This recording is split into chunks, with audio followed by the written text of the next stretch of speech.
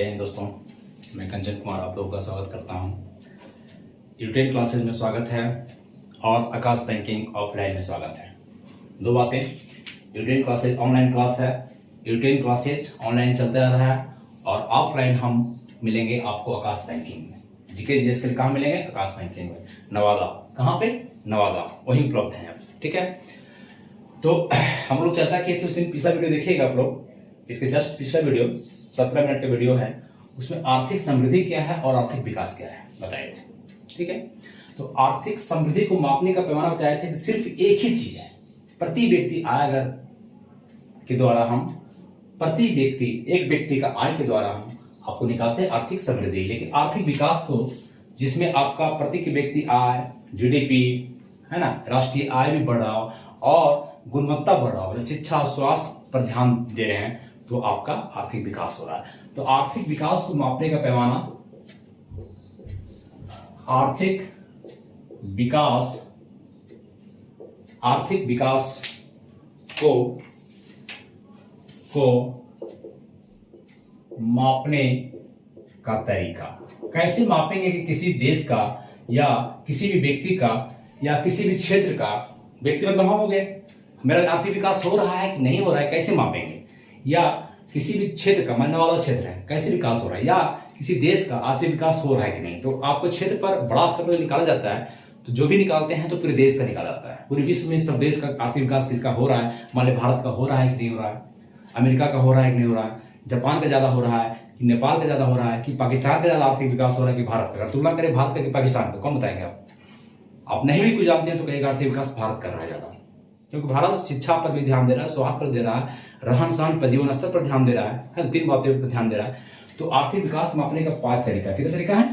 5 तरीका मैंने बताया, ये कंचन सर ने बताया, ये अर्थशास्त्री बताया 5 तरीका। ठीक है, उसमें से पहला तरीका है आवश्यकता, नीड्स, मूलभूत, आधारभूत कहिए या आधारभूत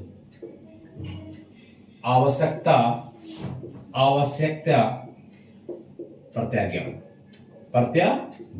देखिए कितना अच्छा वर्ड है, इसको कहते हैं आधारभूत या मूलभूत भी लिख सकते हैं, मूलभूत भी लिख सकते हैं आप। ठीक है, इंग्लिश में कहेंगे तो बेसिक आवश्यकता को होता है नीड्स, बेसिक नीड्स इसका होता है अप्रोच, APPROACH, तो बेसिक नीड्स अप्रोच। अब देखिए बेसिक नीड्स किसी भी आदमी का बेसिक नीड्स क्या है ना, किसी व्यक्ति का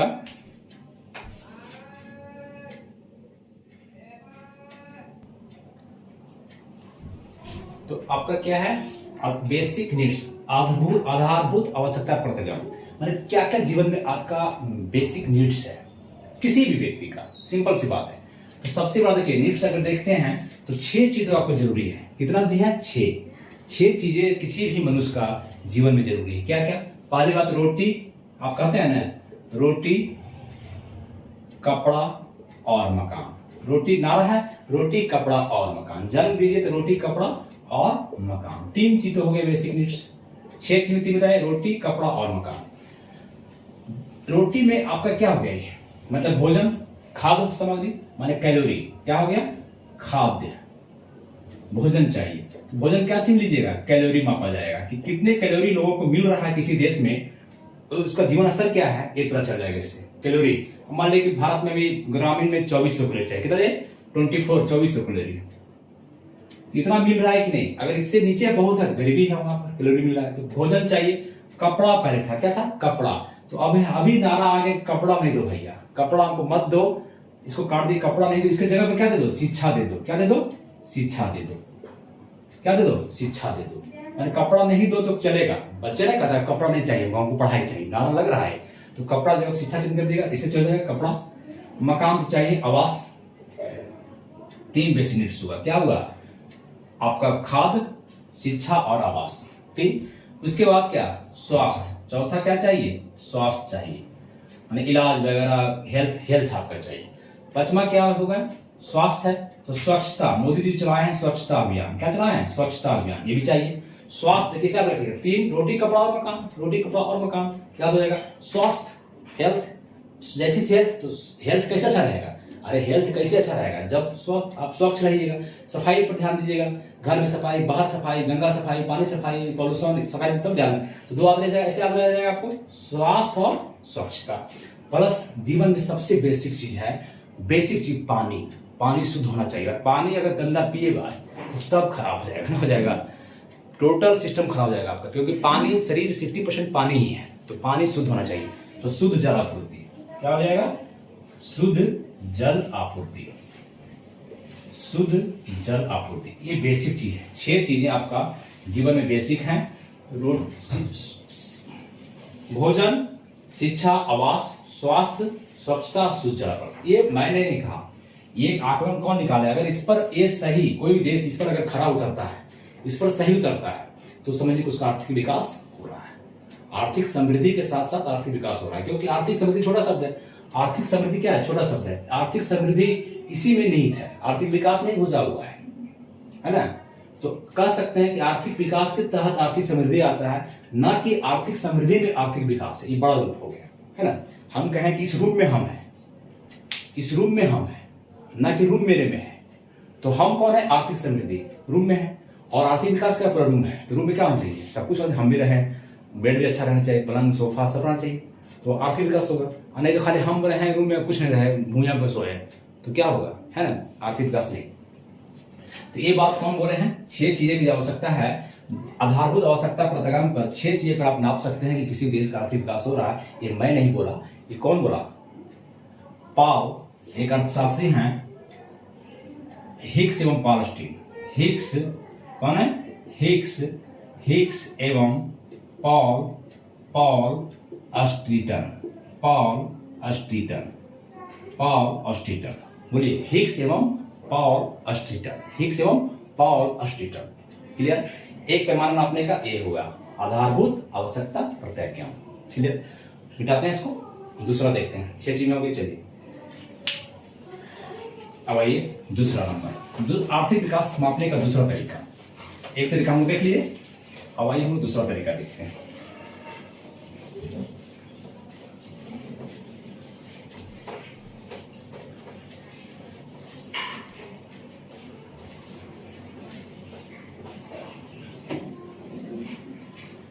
दूसरा तरीका हम लोग क्या है? एक ट्रिपल पे तीसरा तरीका हो गया। दूसरा तरीका मॉरिस डी मॉरिस दिए। कौन दिए? Morris D Morris.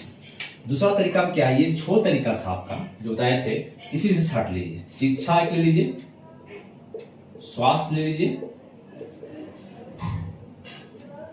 शिक्षा, स्वास्थ्य और जीवन स्तर। जीवन स्तर माने आय, माने शिक्षा का हो गया शिक्षा सूचकांक, स्वास्थ्य हो गया जीवन प्रत्याशा भी कर सकते हैं इसको। स्वास्थ्य अच्छा रहेगा क्या? जीवन प्रत्याशा आपका अच्छा रहेगा, प्रत्याशा अच्छा करेंगे आप।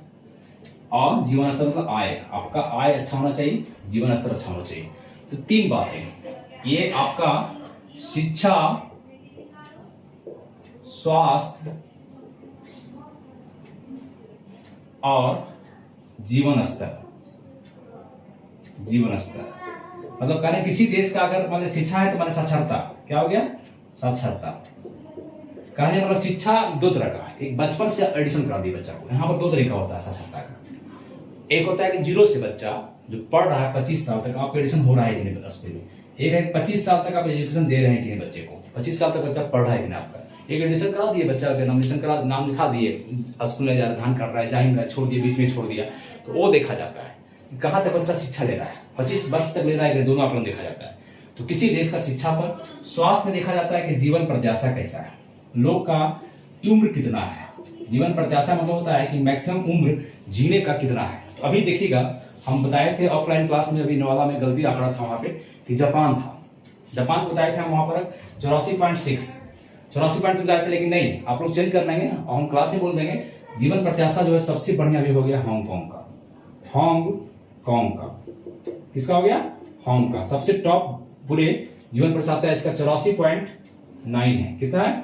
84.9 वर्ष। मतलब कि हांगकांग का व्यक्ति 84.9 मतलब 85 साल लगभग जीता है।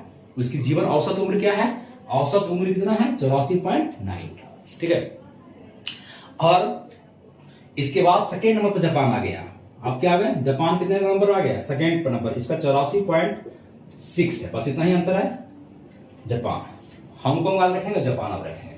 अपना भारत को देखना जरूरी है। भारत का औसत उम्र क्या है अभी, भारत का जीवन प्रत्याशा जो है अभी भारत का 69.7 वर्ष है। एकदम याद कर लीजिए, भारत का जीवन प्रत्याशा कितना है, 69.7 वर्ष। पूरे विश्व में अगर कहे कितना है, हांगकांग टॉप है 84.9, सेकेंड 84.6 जापान, भारत का 69.7। एक उम्र भारत का क्या है, एक आदमी जी सकता है, जीवन प्रत्याशा औसत उम्र उसका है 69.7 वर्ष। अगर पूछे पूरे विश्व का है, मतलब किसी देश का नहीं, पूरे विश्व का जीवन प्रत्याशा क्या है, पूरे विश्व का अगर पूछे पूरे जीवन प्रत्याशा तो 72.8 वर्ष। औसत उम्र क्या है पूरे देश, पूरे वर्ल्ड का जितने कंट्री है 200, उसमें आपका 72 साल उम्र है, 73 साल, 72.8। तो 72.8 याद कीजिए, 72.8 पूरे विश्व का, 72.8 पूरे विश्व का। हांगकांग का सबसे टॉप है 84.9, जापान का 84.6 और भारत का 69.7। ठीक है, सुधार लेंगे। यहाँ पर आंकड़ा भारत का कुछ गलत बता दिए थे क्योंकि मेरे पास न्यू एडिशन का बुक नहीं था, है ना। जीवन स्तर, अब यह कि आय क्या है, पर कैपिटा इनकम क्या है, उसका आय सूचकांक नाम देखा जाता है इसका, कि आय किसका ज्यादा है ना। पर कैपिटा इनकम बताए थे, पर कैपिटा इनकम आपका अभी कितना है पूरे विश्व का, पूरे विश्व का अगर पूरे पर कैपिटा इनकम देखा जाए, प्रति व्यक्ति आय देखा जाए, प्रति व्यक्ति आय तो 16,000 कितना है, 700 कितना लाए थे, 34, 16,734 पूरे विश्व का डॉलर। अगर भारत का देखा जाए पीपी के आधार पर, भारत का है तो 681 डॉलर पर कैपिटा इनकम। बताइए पूरे विश्व का प्रति व्यक्ति आय कितना है, 16,734 डॉलर एक व्यक्ति का, एक वर्ष में। कितने में, एक वर्ष में एक व्यक्ति का आय 16,734 है। और भारत का पर कैपिटा इनकम उसका आधा कर दीजिए, आधा से कम है, 6,681। तो याद कर लीजिए 6,681 भारत का, और पूरे विश्व का 16,734, याद रहेगा। क्लियर, ये हो गया आपका। तो 3 आधार है नापने का, कौन आधार है, 3 आधार नापने का। आधार पूछेगा सेकेंड में 3, तो ये कौन दिए हैं, ये दिए हैं आपको, ये सिद्धांत दिए हैं मॉरिस डी मॉरिस। कौन दिए हैं, मॉरिस डी मॉरिस, याद रहेगा। ये 3 असर कौन दिए, मॉरिस डी मॉरिस, वो दिए हिग्स एवं पाउलस्टीटन, मॉरिस डी मॉरिस दिए। ठीक है, आवाज कम करो, मॉरिस डी मॉरिस, कौन है, मॉरिस डी मॉरिस। दूसरा, तीसरा आधार नापने का देखते हैं हम लोग, है ना, तीसरा बेसिक। 2 हो गया। तीसरा तरीका, किसी विश्व का आर्थिक विकास कैसे मापेंगे, तीसरा तरीका देखते हैं।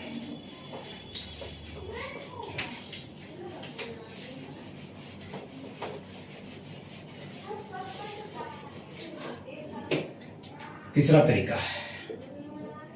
तरीका है परचेजिंग पावर पैरिटी। परचेजिंग लिखते हैं, क्रय शक्ति क्षमता, इसको इंग्लिश में कहते हैं, क्रय मतलब खरीदना, परचेज करना, मार्केट में परचेज करते हैं जी, बराबर बोलते हैं। परचेजिंग शक्ति मतलब पावर,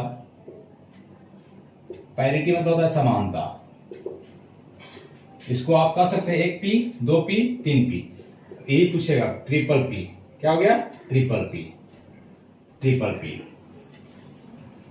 अब देखिए पहली बात की, ट्रिपल P सिद्धांत दिया कौन, जिस प्रकार से उसका पाउलस्टीटन दिए थे, उसका मॉरिस डी मॉरिस दिए थे, तो ट्रिपल पे सिद्धांत ट्रिपल P पे निकाला कौन पहली बार पूरे विश्व में। तो यहां पर भी आपको जो ऑनलाइन ऑफलाइन क्लास किए हैं सुधारेंगे उसको। 1998 बता दिए थे, 1993 में पहली बार IMF 1993 पहली बार इंटरनेशनल मॉनेटरी फंड, अंतर्राष्ट्रीय मुद्रा कोष, ये संस्था जो है वैश्विक संस्था है, इसका मुख्यालय वाशिंगटन डीसी है। ये संस्था पहली बार ट्रिपल P के आधार पर पूरा देश का आर्थिक विकास नापा, आर्थिक विकास को मापने का काम किया। ट्रिपल P परचेजिंग पावर, किसका ज्यादा खरीदने का शक्ति है, कौन देश का, कौन सा देश शक्ति खरीदने में ज्यादा है, किसका डॉलर महंगा है, किसका डॉलर महंगा है, इस पर आपको नापने का काम कौन किया, IMF। शुरू कौन किया था 1993 में, कौन किया, IMF। अभी ट्रिपल पी कौन नाप रहा है, विश्व बैंक। अभी जो काम कर रहा है वर्तमान में विश्व बैंक ट्रिपल पी निकालता है। दो बातें, ट्रिपल पी पहले बार IMF निकाला, अभी कौन निकाल रहा है, विश्व बैंक निकाल रहा है। ट्रिपल पी का फुल फॉर्म क्या होता है, परचेजिंग पावर पैरिटी, हिंदी में क्या होता है, क्रय शक्ति क्षमता। ये क्या काम है, आर्थिक विकास नापने का पैमाना है। तीसरा पैमाना है किसी देश का आर्थिक विकास को मापने का, ठीक है। तो तीसरा पैमाना है क्या पैमाना, तीसरा पैमाना आर्थिक विकास को मापने का। अब ट्रिपल पी है क्या, व्हाट इज ट्रिपल पी, तो भैया बहुत उदाहरण दिया जाता है, एकदम बढ़िया समझिएगा, कुछ नहीं है ट्रिपल पी। आप समझ लीजिए कि इंडिया में क्या है, इंडिया में आप 1 केजी कोई सामान खरीदिए, कोई भी सामान लीजिए, 1 केजी हम ले लिए, क्या ले लें, कुछ भी ले लीजिए आप 1 केजी, माने 1 केजी काजू ले लिए, क्या ले लीजिए, काजू, 1 केजी काजू खरीदे, कहाँ, भारत में। बात समझिए, अभी 1 केजी भारत में काजू लीजिएगा तो आपको लगभग पड़ेगा 900 रुपया। कितना पड़ेगा, 900 रुपया पड़ेगा, ठीक है। ये हुआ परचेजिंग पावर कि 1 केजी काजू अगर भारत में खरीदते हैं तो हमको कितना पड़ा है, 900 रुपया, ठीक है। अब आप चल जाइए अमेरिका, कहाँ चल जाइए, अमेरिका चल जाइए, कहाँ चल जाइए, अमेरिका चल जाइए। बात समझिए, अमेरिका में चल गए, हम ही चल गए अमेरिका, कहाँ चले गए, अमेरिका चले गए। अमेरिका गए, वहां भी हम 1 केजी काजू खरीदना चाह रहे हैं, कितना खरीदना चाह रहे हैं, 1 केजी काजू, क्या खरीदना चाह रहे हैं, 1 केजी काजू। अमेरिका में जाकर के क्या 900 रुपये में मिलेगा, वहां पर नहीं मिलेगा, वहां 900 रुपये में, वहां मिलेगा हमको डॉलर में। क्या मिलेगा हमको, डॉलर में। अब कितना डॉलर मिलेगा, यही दिक्कत है। तो इसको अब इक्वल करने के लिए, जैसे मान अब 1 केजी हम काजू हम जापान में खरीदे हैं, कहाँ खरीदे हैं, जापान में, तो वहां चलता है एन, कौन मुद्रा चलता है, एन चलता है, एन चलता है, तो एन में देगा वो। तो अब इसको इक्वल कर रहा है, मान लीजिए हम डॉलर को, अभी डॉलर कितना चल रहा है, 75, 1 डॉलर बराबर 75 रुपया है, मतलब मेरा रुपया सस्ता है। एक वो सिक्का देगा, वो एक वो अपना सिक्का देगा अमेरिका, तो मेरा 75 को सिक्का ले लेगा, कहीं लेगा 75 रुपये सिक्का ले लेगा। तो सोचिए कि आप 900 रुपये यहाँ दे रहे हैं, तो 900 का वैल्यू क्या है आपका, 75 से भागा दीजिए, क्योंकि 75 रुपया बराबर 1 डॉलर हो रहा है आपका, 1 डॉलर मिलेगा ना, तो 900 रुपये में काजू दे रहा है ना, तो 1 रुपया में कितना, 1/75 और 900 गुना हो जाएगा, भागा दीजिए, 15 25 75, 15 6 90 है ना, ठीक है जी, 12 50 60, मैंने 12 डॉलर हुआ, कितना हुआ, 12 डॉलर, मतलब कहते 12 डॉलर में वहां पर काजू आपको मिल जाएगा, कितना मिल जाएगा, 12 डॉलर में काजू अमेरिका में मिल जाएगा।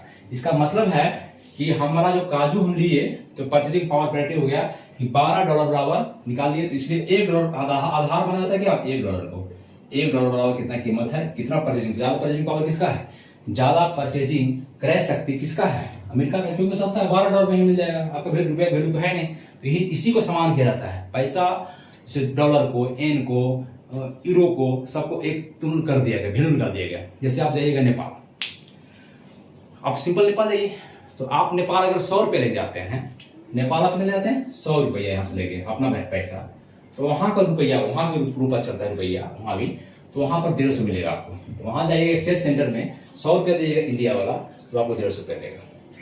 तो इसका मतलब है कि जोड़ा है, 1 रुपया बराबर 1.5 रुपया जोड़ा मिल रहा है। तो ज्यादा पावर किसका है, परचेजिंग मेरा इंडिया का, थोड़ा ज्यादा जोड़ा है। माने कि अगर वहां पर 1 केजी काजू 1 रुपया मिलेगा भारत में, तो वहां मिलेगा कितना में, इसमें, ठीक है। तो ये परचेजिंग पावर पैरिटी हुआ, माने कि आपको रुपया को समान कर दे। बात समझे क्लियर। पहली बार कौन किया, IMF, अभी कौन कर रहा है, विश्व बैंक। और अभी पूछिएगा क्वेश्चन एक से कि ट्रिपल पी के आधार पर भारत का रैंकिंग क्या है। तो ट्रिपल पी के आधार पर भारत का रैंकिंग विश्व अर्थव्यवस्था में भारत का बहुत अच्छा कंडीशन अभी है, तीसरा कंडीशन, तीसरा पोजीशन, तीसरा स्थान है। पूछेगा ट्रिपल पी के आधार पर, मतलब परचेजिंग पावर पैरिटी के आधार पर विश्व में भारत की अर्थव्यवस्था कहां पर खड़ी है, तो कहां बताएंगे आप, तीसरा अर्थव्यवस्था। ऐसे भी 5वां, ऐसे कितना है, 5वां नंबर है, 5 नंबर भारत है, कंडीशन ठीक है। अच्छा है। भारत आजाद हुआ, उसमें अंग्रेज लूट लिया था, लूटते लूटते को गरीब बना दिया था, लेकिन अभी हम लोग अच्छे कंडीशन में आ गए हैं। ठीक है, चलिए तीसरा आधार देख लिए, चौथा देखते हैं, डालते हैं इसको।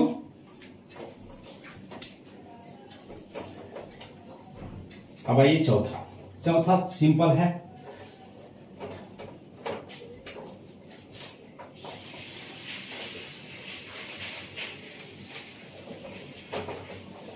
चौथा देखिए तरीका, जो आर्थिक विकास मापने का चौथा तरीका है निवल आर्थिक कल्याण। इसको इंग्लिश में बोलते हैं नेट इकोनॉमी वेलफेयर। इंग्लिश लिखेंगे जी वेलफेयर, शॉर्ट करेंगे तो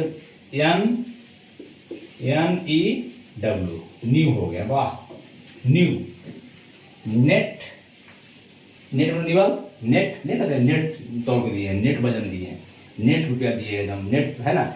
नेट आर्थिक मतलब इकोनॉमी और वेलफेयर का कल्याण होता है। तो इसमें कौन सा देश कैसा आर्थिक कल्याण का काम कर रहा है, कौन सा देश ज्यादा आर्थिक कल्याण का काम कर रहा है, ज्यादा वेलफेयर का काम कर रहा है, भलाई काम कर रहा है, मैंने बच्चों को पढ़ाने का काम कर रहा है, फंडिंग दे रहा है पूरे विश्व में, वो उसके पैमाने पर मापा जाता है। कौन सा ज्यादा आर्थिक कल्याण, क्या वेलफेयर कल्याण कर रहा है, तो जिसका इकोनॉमी ज्यादा अच्छा है वही वेलफेयर ज्यादा करेगा। तो इसके आपको देश का पैमाना बहुत ज्यादा पोजिशन मापा जाता है। ठीक है, इसमें भी जानना है। अब आइए पांचवा तरीका, 5 तरीके बताए थे आर्थिक विकास को मापने का, आपके पास 5 तरीका है। तो 5वां तरीका देखते हैं, इसमें है मानव विकास सूचकांक। मानव विकास सूचकांक मतलब मानव मतलब हम लोग, विकास मतलब डेवलपमेंट, और सूचकांक मतलब इंडेक्स, कौन सा देश ज्यादा विकास कर रहा है मानव में। इसको इंग्लिश लिख सकते हैं हम लोग, लिख सकते हैं ह्यूमन डेवलपमेंट, लिख सकते हैं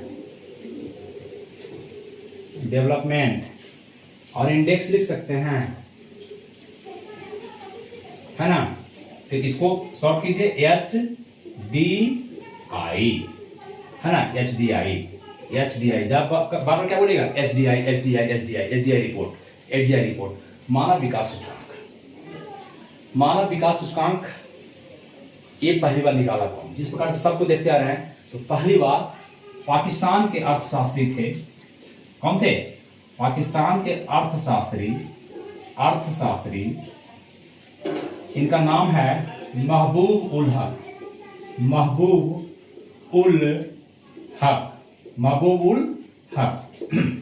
इनका सहायता किए थे भारतीय अर्थशास्त्री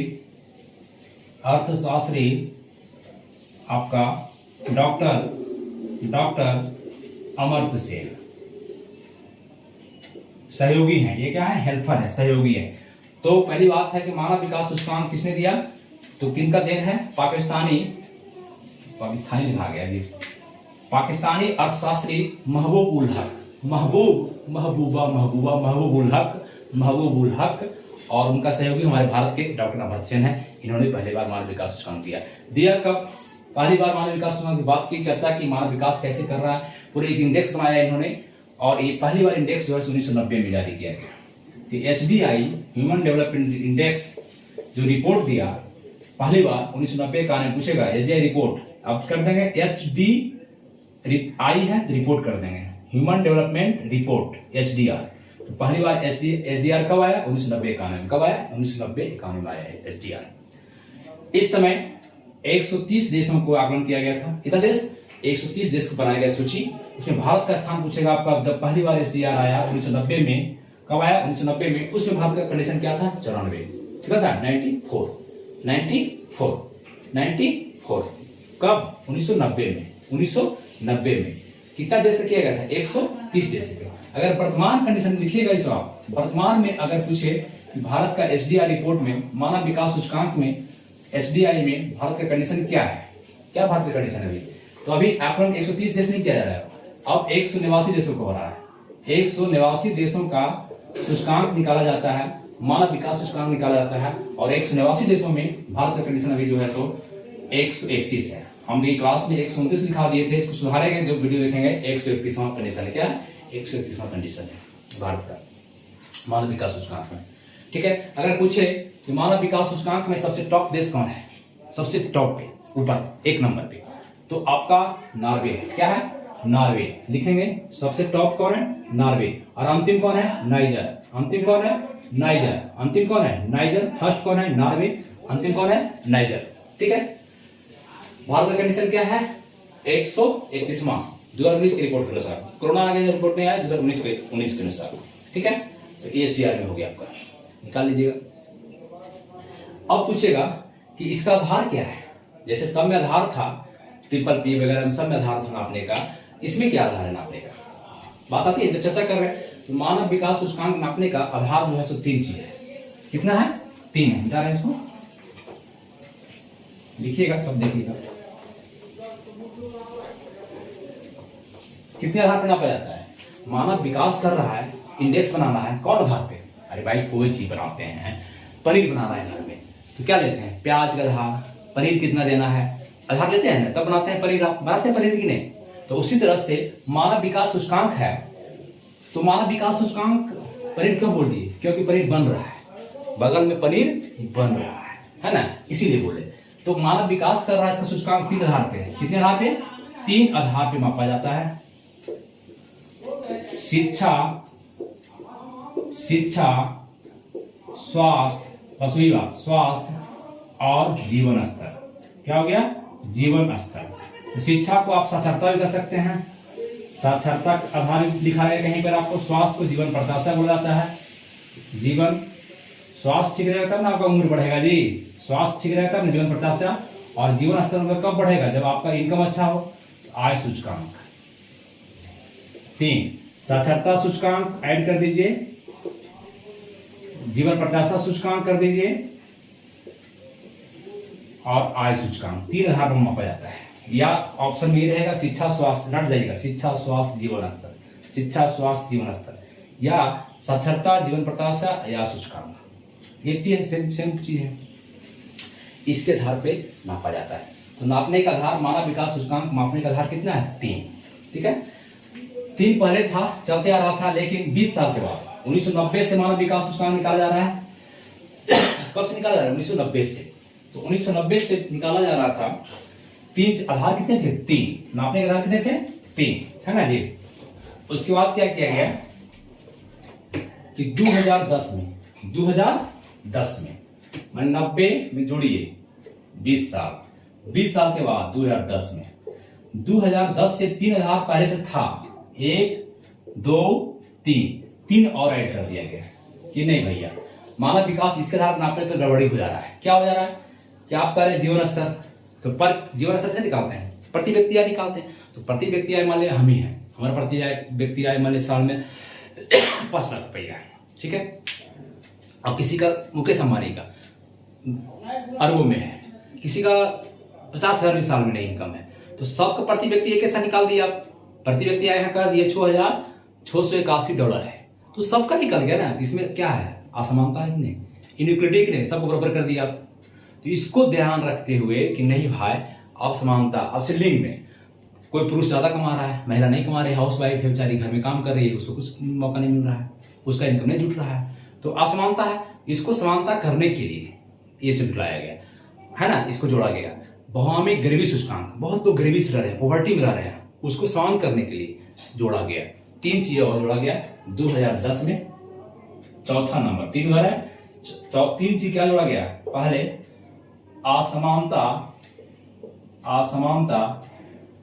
समायोजित, मैंने इसको असमानता को समायोजित कर रहा है, मैंने जो असमानता समाज में फैला हुआ है उसको भी काउंट करना है, उसको भी समायोजित करना है, समा लेना है, समायोजित। बाकी मानव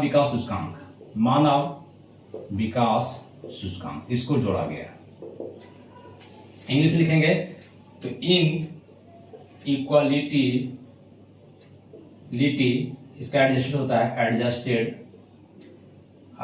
एडजस्टेड ह्यूमन डेवलप इंडेक्स। इसको शॉर्ट में कर सकते हैं HDI, इसका नहीं जुड़ता है, इसको शॉर्ट लिख सकते हैं IHDI। ठीक है, ये जोड़ा गया। क्या जोड़ा गया? इसको जोड़ा गया। कब जोड़ा गया? पूछेगा 2010 में। दूसरा लिंग, स्त्रीलिंग पुल्लिंग जी, लिंग होता है स्त्रीलिंग पुल्लिंग, लिंग असमानता सूचकांक। इंग्लिश क्या बोलेंगे? जेंडर इनइक्वलिटी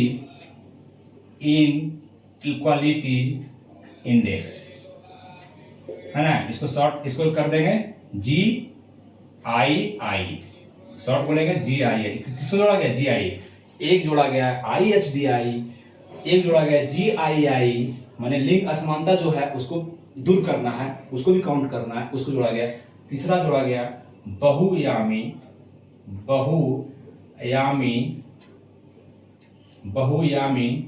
गरीबी सूचकांक,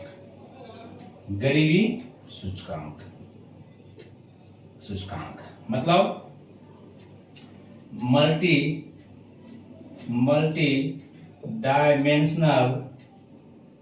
डायमेंशनल पॉवर्टी इंडेक्स, MPPI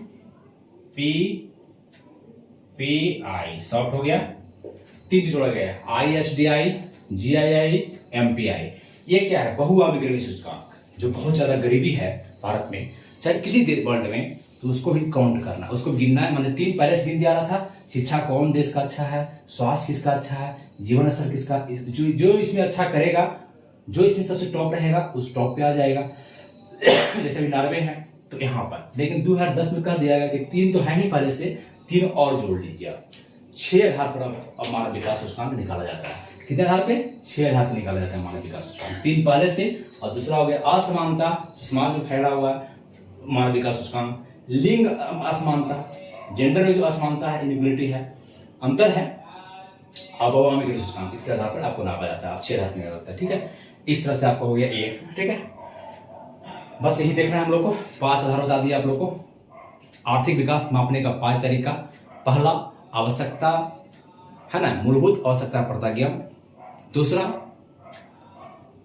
इसको हिग्सन पार्शियली दिए थे। दूसरा तरीका आपका क्या है मापने का? 3 तरीका, उसमें 3 छाट लेना है। शिक्षा, स्वास्थ्य और जीवन स्तर पर दूसरा मापने का, जो मॉरिस दिए। तीसरा ट्रिपल P। चौथा आर्थिक कल्याण, निवल आर्थिक कल्याण। पांचवा मानव विकास सूचकांक। 5 आधार पर पूरे विश्व का आर्थिक विकास को मापा जाता है। उम्मीद करते हैं कि आर्थिक समृद्धि, आर्थिक विकास का चैप्टर समझ में आ रहा होगा। Thank you. पहला वीडियो देखेंगे, इस वीडियो को देखें, नेक्स्ट वीडियो अगले बार जानने का प्रयास करेंगे। Thank you. चैनल को दोस्तों लाइक सब्सक्राइब करें, ये आपका अधिकार है, कर्तव्य है, मतलब अधिकार तो मेरा है। Thank you.